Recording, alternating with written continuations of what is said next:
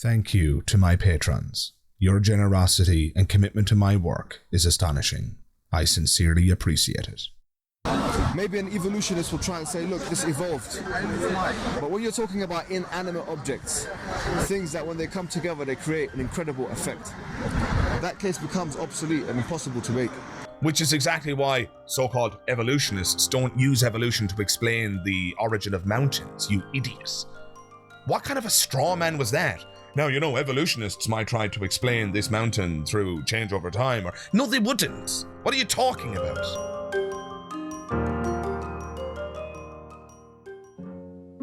If you ever try to bullshit me like that again, I will rip off your arms.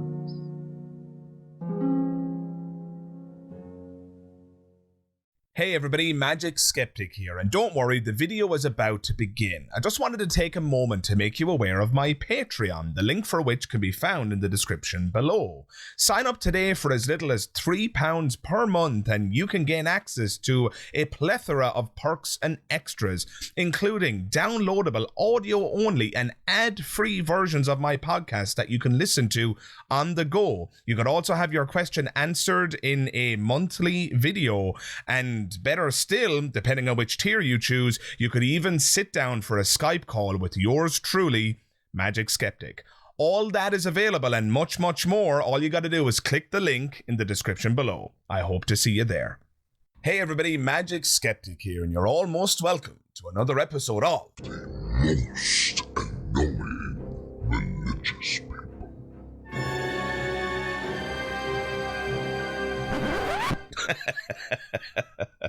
I keep refining that intro. If it's working for you, jump into the comments below and let me know. Up for today is Mohammed Hijab, who is an Islamic apologist. You're no match for me, conversationally or physically. In this particular video that I'm going to critique, maybe you'll agree with me, maybe you won't, but for me, this particular argument and how Mohammed Hijab presents it is particularly annoying. This argument that he uses for the existence of God is one of the oldest and lamest arguments. And every time I hear it, I, first of all, want to yawn. But second of all, I can actually hear my heart rate. I can feel my blood pressure increasing because it's just... I'm afraid to say, and I'm not trying to be dismissive, and I will get into the fallacious nature of it and describe that in detail, as I'm sure you're aware, dear listener, but I just have to say that it's just really dumb. You have a dirty tongue, boy. It's just really, really stupid.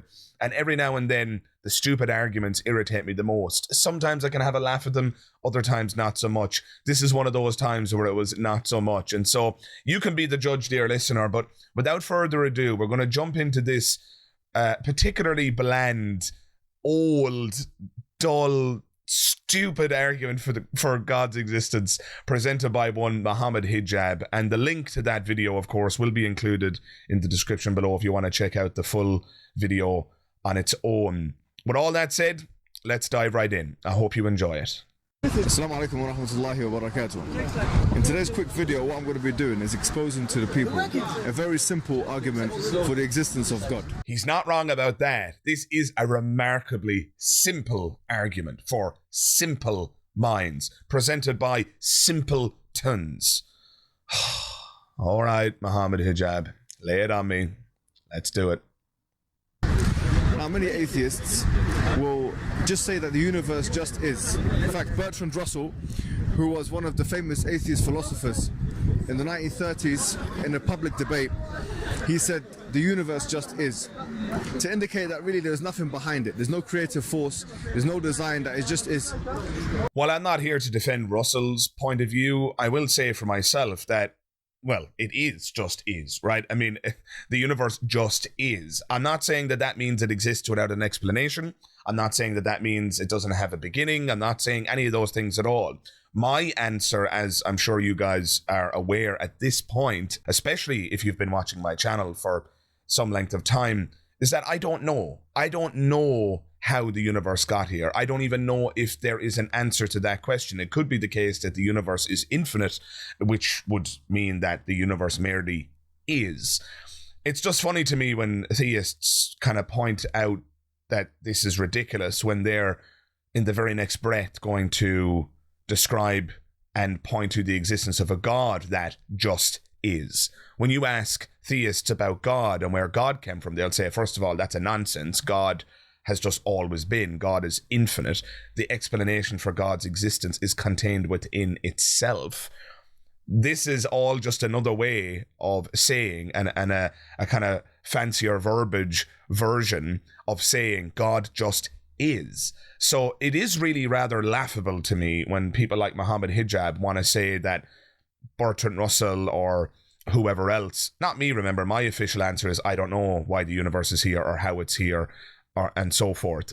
But it is funny to me when Mohammed Hijab laughs at someone like Bertrand Russell for merely saying that the universe just is, when Mohammed Hijab is going to turn around in the very next breath and say that God just is. So as far as I can tell, and perhaps I'm ignorant, maybe you want to correct me in the comments below, dear listener, but as far as I can tell, anything that can be claimed by the theist about God can also be claimed by the atheist about the universe.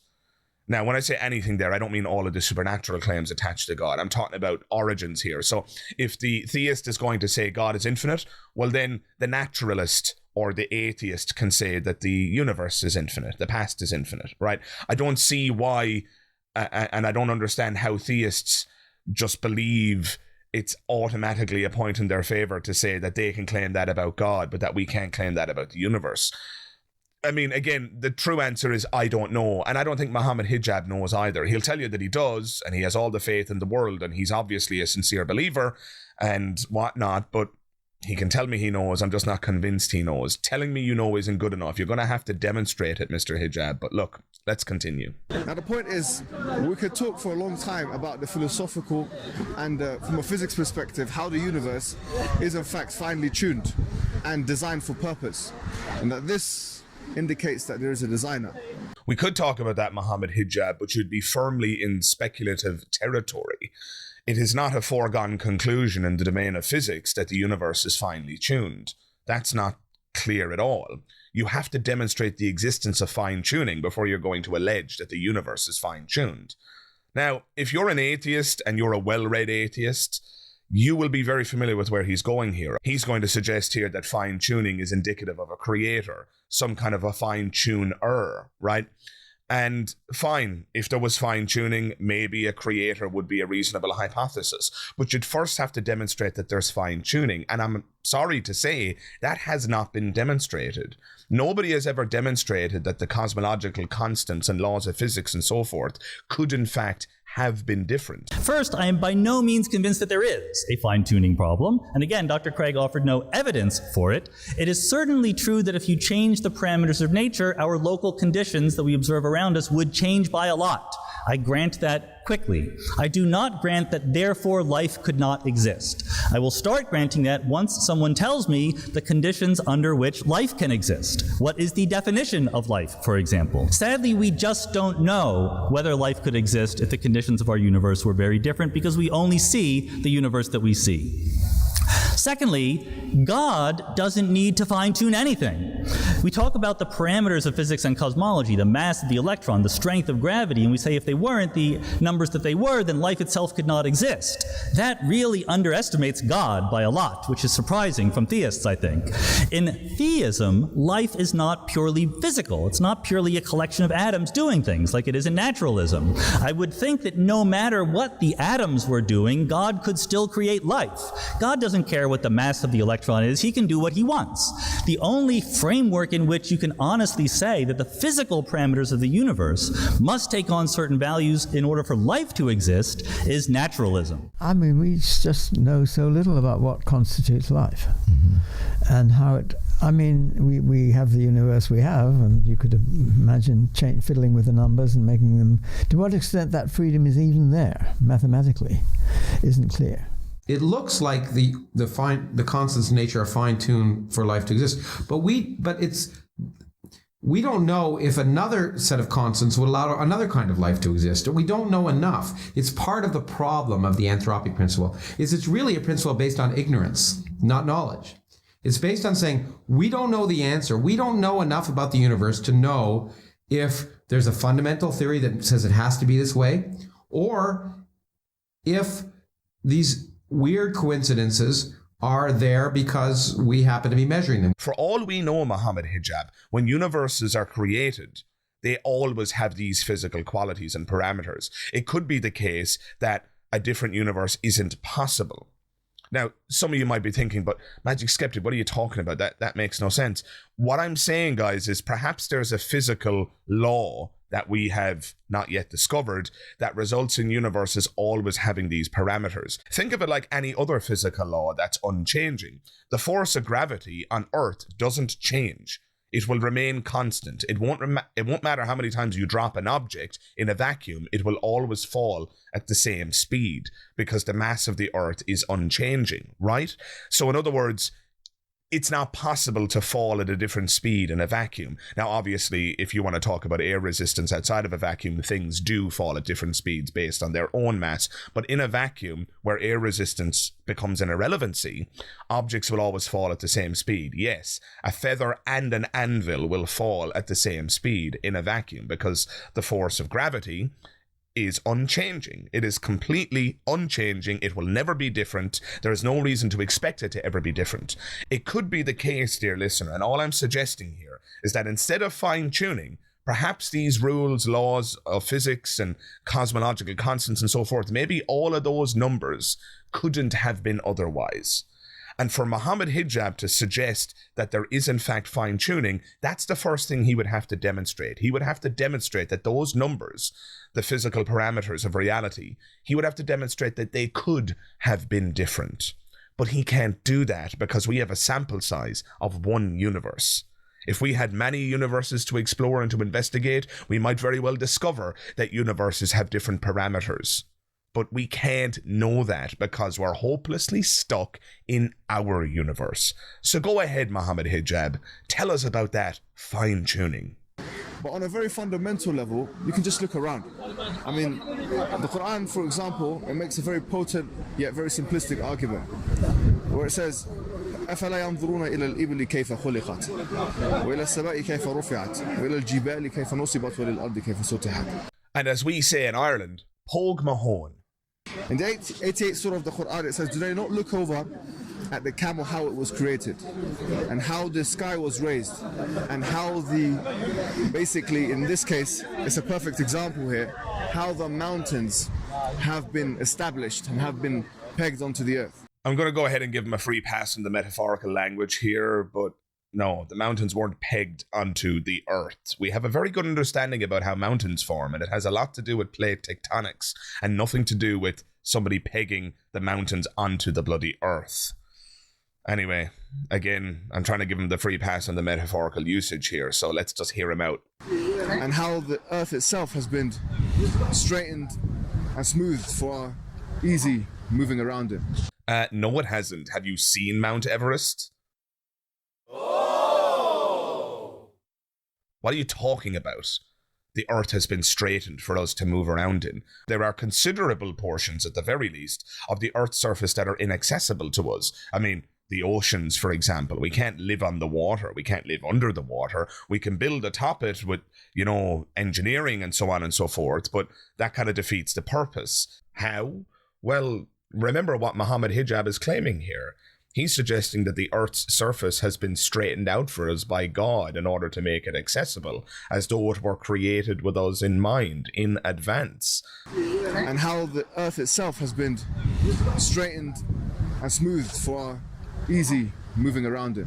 But that's not the case. We frequently have to use human ingenuity and our expertise in engineering in order to make parts of the Earth habitable. So that doesn't make any sense. I mean, are you kidding me? If it were straightened out for us, we shouldn't have to intervene in this creation. But just in one casual phrase here, Mohammed Hijab decides, because of a Quranic passage, that the earth has just been stretched out for our ease of access. I mean, I don't know what to say to you, Mr. Hijab, but I think you need to open your eyes. Watch a David Attenborough documentary, and you might realize how unbelievably inhospitable to life the earth actually is. Let's continue. So this is something, subhanAllah, which doesn't take a rocket scientist to figure out. When you look at, subhanAllah, the creation, the ecosystem in this particular part of the world, if you just think about how many processes are actually taking place, there are literally tens of processes that are actually taking place as we speak. We might not even realize that. We're looking at this picture simplistically, but here we have a waterfall, and this is a mountain, and as you can see, this is greenery. Here is a waterfall. This is a mountain. This is greenery. This is greenery.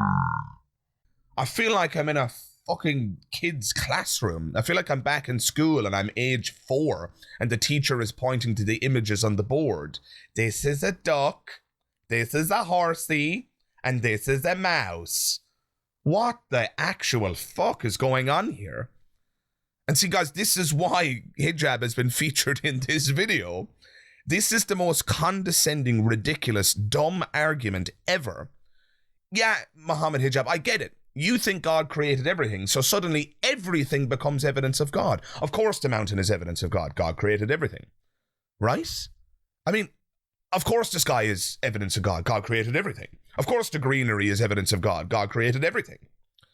But this, guys, by way of analogy, is like somebody who accepts that gravitational forces exist, so that when you take an object and let it go, it falls towards the earth. They'll accept that. But then they just add something.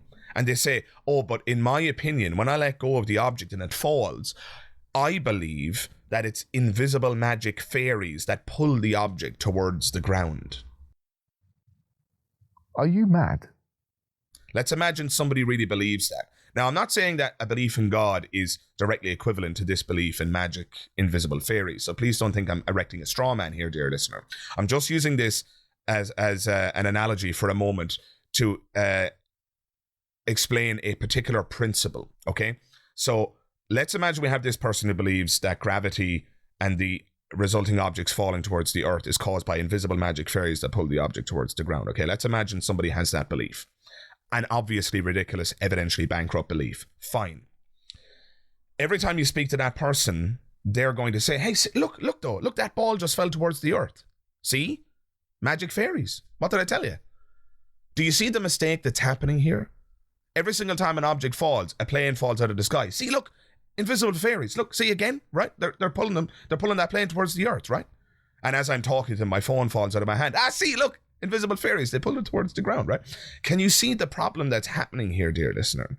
If you have the presupposition that something supernatural is involved, then every example of something falling is going to serve as confirmation for your belief in that supernatural thing that you believe is responsible for that phenomena. Right? And that's exactly what Mohammed Hijab is doing here. So he believes in a God that created everything. And so then he points to the mountain and he points to the natural environment and he says, see, look, all one need do is look around. All of this is evidence of God. But it's only evidence of God, Mr. Hijab, if you have the presupposition that God created everything. Without that presupposition, you might as well just be screaming into a cup. There are literally thousands of animals and different kinds of species just in this area, this cross-section here. All of them are working with each other in order to create this ecosystem. And there are thousands of objects falling towards the earth, all over the earth, right now as we speak, objects falling out of people's hands, raindrops falling and plummeting towards the earth, and each and every one of those is being pulled down by one of those magic invisible fairies. You see how much evidence there is for the invisible fairies I believe in? It's an embarrassment of evidence, dear listener, and so you should believe as I do. You should believe in the invisible fairies. You see, guys, it doesn't matter how many things he points to in this video, and this is again what makes this argument so laughable. Yeah, sure, there are thousands of species in that one little cross-section. Fine. But that isn't necessarily evidence of a God. He has the presupposition that God created everything. So yeah, all of those thousands of species are just further confirmation of his presupposition. But he hasn't demonstrated that this has anything to do with a God or gods. He hasn't demonstrated that mountains have anything to do with a god or gods. And let's reflect on the nature of the environment that he's referring to right now and think about what kind of God might have created it. All of these animals are in a state of either being eaten or eating other animals. There's an absolute chaos at play in nature. If nature could tell us how it felt, if these animals could tell us how they felt, they'd be screaming in agony as they get eaten alive by other creatures in an interdependence of predation. That's what ecosystems are. So yeah, there's thousands of animals, but they're all eating each other and just locked into this cycle of absolute brutality and barbarism. Now, I get that that's nature, but Mohammed Hijab thinks that there's an all-loving divine thinker in the sky who made all of this happen. What kind of a creator would make things this way? It certainly doesn't seem like the work of a loving creator. And again, just look at the mountain, right? We don't even need to focus on the creatures here. Look at the mountain. We know how mountains form. Plate tectonics. When two different plates collide, they drive Earth up into the air, forming a mountain. But that exact same process creates terrible consequences for us humans. When plates collide, it can cause earthquakes that kill thousands of people every year. It can also cause tidal waves that kill, again, thousands of people every year. So Mohammed Hijab wants to look at one consequence of plate tectonics, a mountain, and say, oh, look at this mountain, look how beautiful and intricate it is, and, there must be a God who created this because it's so beautiful and wonderful. But that exact same process leads to the immiseration and death of hundreds of thousands of people year in and year out. So beautiful, Mohammed Hijab, isn't it? It's just so wonderful. To see this as evidence of a loving God who cares about us, I'm sorry, but it's obscene. Now, I know that theists have answers to the problem of evil, and that's what I'm riffing on here, but I'm sorry, I just think it is asinine to say that plate tectonics and the resulting mountains is evidence of God and the beauty of God, when that exact same process leads to the immiseration and death of hundreds of thousands of people. I'm sorry. I know as a theist you're going to have answers to that about why God allows that to happen and, life is a test and so forth, but yet none of those apologetics will count as evidence for your God. What they are an attempt to reconcile the obviously brutal nature of reality with the God that you presuppose exists. And if you want me to make a video on that, dear listener, and if you want me to dive into those apologetics in a more thorough manner, I can do that, because I certainly don't want to be accused of being dismissive. But I digress. Let's get back to Mr. Hijab and let him finish his point. Now, only someone who really has very little understanding of probability theory and understanding would say that all of this is a result of chance. The irony of this statement. Only someone with a very little understanding of probability theory would say that this is a consequence of chance. First of all, that's a straw man. I'm not telling you that this happened as a consequence of chance. I'm not sure. I don't know. But you can't establish any probabilities, Mr. Hijab. Probability requires the ability to rerun an experiment. To determine the probability of what side of a die or set of dice is going to show up, you have to keep rolling the dice. You just have to keep rolling them, and then eventually you discover the probability, right? This is assuming you didn't know the numbers on all the sides and you didn't know how many sides there are. A better analogy might be if I have a deck of playing cards that's facing downwardly, and I don't know what's on the faces. Maybe it's a traditional deck of cards, maybe it isn't. Maybe it's just a set of animal cards that, teachers in primary school or baby school might use. This is a dog, this is a cat. I don't know what's on the faces of the cards, so I can't determine the probability of what I'm going to pick when I choose a card. However, if I choose a card, flip it over and look at it, then choose another one, flip it over and look at it, choose another one. If I keep choosing cards, the more of the cards I see, the more of a probabilistic assessment I can form about what the deck is composed of and about how likely you are to choose one card over another, etc. But here we are in this one universe, the only one we know exists, and Mohammed Hijab wants to tell us that we atheists don't have a good understanding of probability theory because we deny the fine-tuning argument. Meanwhile, he hasn't even demonstrated that there is fine-tuning. Secondly, he accuses us of believing that this all happened by chance. But thirdly, he can't even say that this is improbable because we have a sample size of one universe. You cannot say what the probability is of this universe forming with its current parameters when we only have one universe. It doesn't work that way. That's not how probabilities are determined. To determine probability, you must be able to rerun the experiment. And we can't rerun the universe creation experiment. And we don't have any other universes to compare with. So the fact that he accuses atheists of having a poor understanding of probability theory is absolutely ridiculous. You cannot assess the probability, Mohammed Hijab. You can't assess it. You have one universe.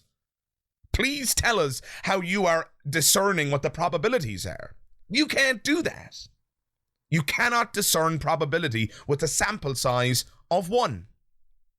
I'll just give you a basic analogy. Let's imagine we set up an experiment and we put a mouse in a maze. And at the end of the maze, we put 2 possible treats that the mouse can choose, right? Let's imagine one treat is one particular food and another treat is another particular food, right? If we now send the mouse through the maze to see which food the mouse is going to consume, and let's say they consume the first option, option A, fantastic. And then we end the experiment there. What is the probability that the mouse is going to choose option A over option B? That question cannot be answered, can it? Because we have one test subject and we've run the experiment once. Simple as that. We cannot assess the probability by running the experiment once. We cannot say with any certitude how likely or unlikely the mouse is to go for option A over option B or vice versa. You cannot determine probability with a single running of an experiment. And here we are, Mohammed Hijab, stuck eternally in the present, looking backwards at trying to figure out the origin of our universe.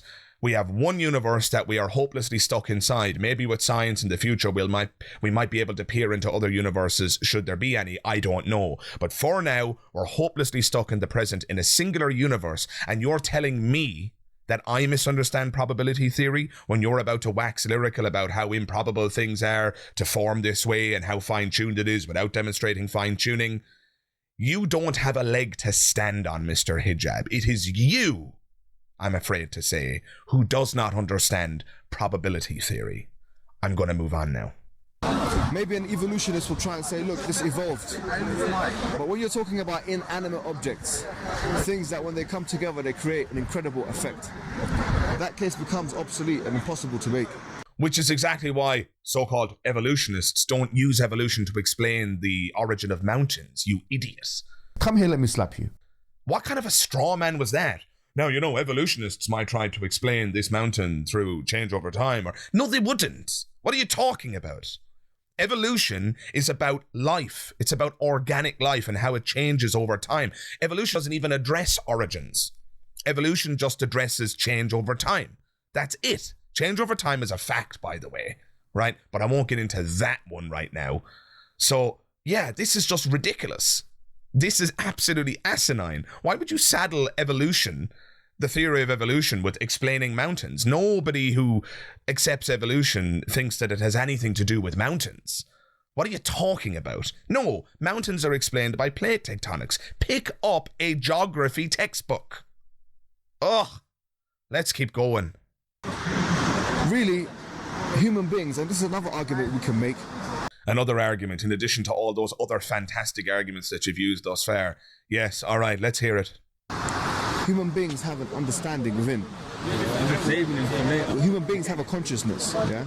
And we have a conscious, subjective experience from within. We are looking at this display and we realize that it has an aesthetic effect on us. It has an aesthetic effect on some people and not others, because this is subjective.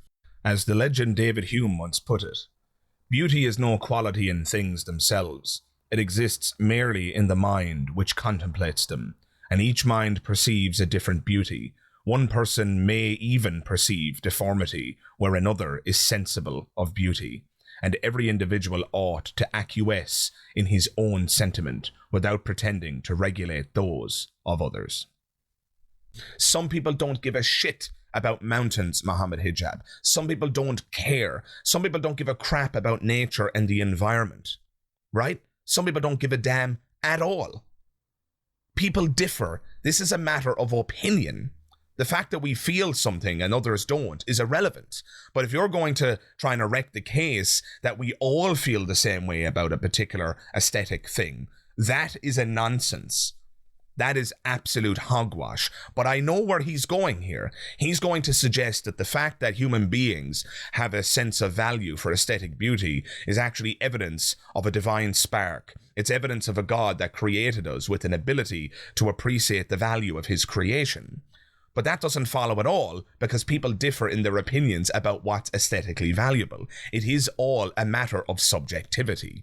But let's hear him out before I dismiss it. This aesthetic effect, we, from a subjective perspective, are thinking, for example, is beautiful. From an atheistic worldview or a naturalistic worldview, beauty doesn't actually exist. It's a sociological construct that has no basis.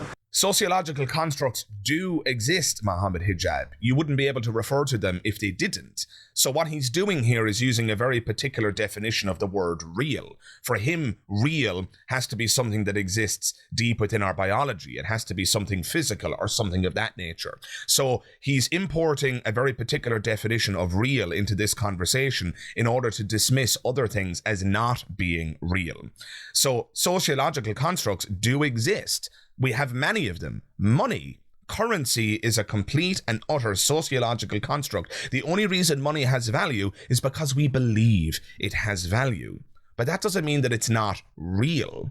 It exists in a real way insofar as it has an influence on our lives, insofar as all of our lives are organized around it, and we try to get more money and procure more wealth because we need money to buy things and so on and so forth. So it is real because it has real consequences, right? That's another definition of real. And you could define religion this way. I have no problem saying that God is real in the sense that a belief in God has a real consequence in people's lives. But again, please notice that this is a different definition of the word real. He's using a definition of the word real to try and define atheism and secular viewpoints out of the conversation. He's saying that beauty could only be real if it was put there by a god, basically. From an atheistic worldview or a naturalistic worldview, beauty doesn't actually exist. But, that's nonsense. That's an absolute joke. I'm an atheist and I find things to be beautiful. It just so happens that people disagree with what I find beautiful. People have differing opinions on what beauty is. Beauty is in the eye of the beholder, as the old saying goes, right? Let's just take romantic attraction as an example. I think my fiance is fantastically stunning and gorgeous and beautiful. Other people might not agree. And that would be shocking to me because I'm so hopelessly enamored by her aesthetic and her appearance, right? But again, people disagree.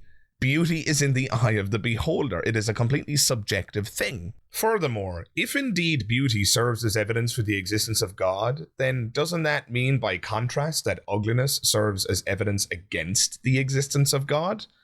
Take, for example, the existence of the humble tapeworm, a creature that can grow, according to a Google search I just conducted, a creature that can grow up to 25 meters long and live up to and including 30 years inside of its host. And yes, that includes human beings. Doesn't this creature serve as evidence against the existence of God? I assume, dear listener, that we would agree that this is a rather ugly and disgusting creature.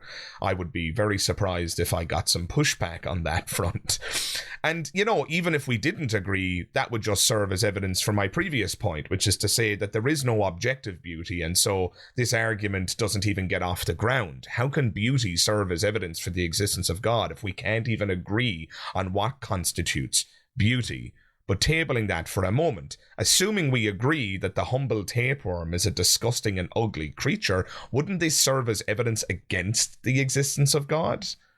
Something worth thinking about. In addition to that, doesn't evolutionary theory go some distance towards explaining our subjective experience of beauty? Now, I'm not going to suggest here that evolutionary theory explains the entire picture. There may very well be some details that are unknown and yet to be explored, but let me use the example of my fiancée once again. Is it surprising that I find her so beautiful, given the fact that our DNA has at its root a survival of the fittest software built into it? And doesn't procreation intimately connect to that apparatus? Taking all of this into consideration, it shouldn't surprise us that we find certain individuals and certain people beautiful. Going beyond sexuality, you may point out, but Magic Skeptic, that doesn't explain why we might find particular objects beautiful. But again, if you look at those objects and you look at the history of art, for example, many of the things that we find beautiful do in fact connect to our evolutionary instincts. We value things like symmetricality. We value things like fitness. So I guess it's not surprising that we might look at something like a building that has an equal structure, that has a symmetrical structure, and find some beauty in that structure. In any case, I'm not pretending here to be able to explain the entire picture. All I'm saying at this juncture is that none of this in any way serves as compelling or robust evidence for the existence of a God. But I digress. If you have the presupposition that God exists, yes, beauty is just another thing that demonstrates God's existence. But that is just an assertion, Mohammed Hijab. Now, I'm going to give you the benefit of the doubt. Let's hear him out. Let's hear him finish his point, and perhaps he's got some compelling evidence for us. But to be honest, I doubt it. So what we're saying is that, look, let's just look from within. And that's why Allah subhanahu wa ta'ala in chapter 41 of the Quran, he says that سنريهم آياتنا في أنفسهم, that we are definitely going to show them our signs, yeah, في الآفاق في أنفسهم حتى يتبين لهم أنه الحق, that we will certainly show them our signs in the horizons and from within themselves until it's made very patently clear to them that this is the truth. And in the magical gravity fairy worldview, it says in their holy book that there will be many signs of objects falling towards the earth, and that each and every one of them will be a reminder of the invisible magic fairies that are pulling those objects towards the earth. Right? So every single time now you see an object falling, it must be evidence of those invisible magic fairies. That, principally speaking, is his argument here. So I will leave signs for you, it says in the Quran, and those signs will be confirmation of God's existence, be it a mountain, be it the greenery, be it the experience of aesthetic beauty. All of it, it all serves as evidence for God.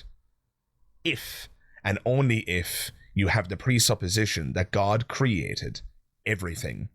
Other than that, Mohammed Hijab, you're just talking to the wall. This is not going to convince an atheist.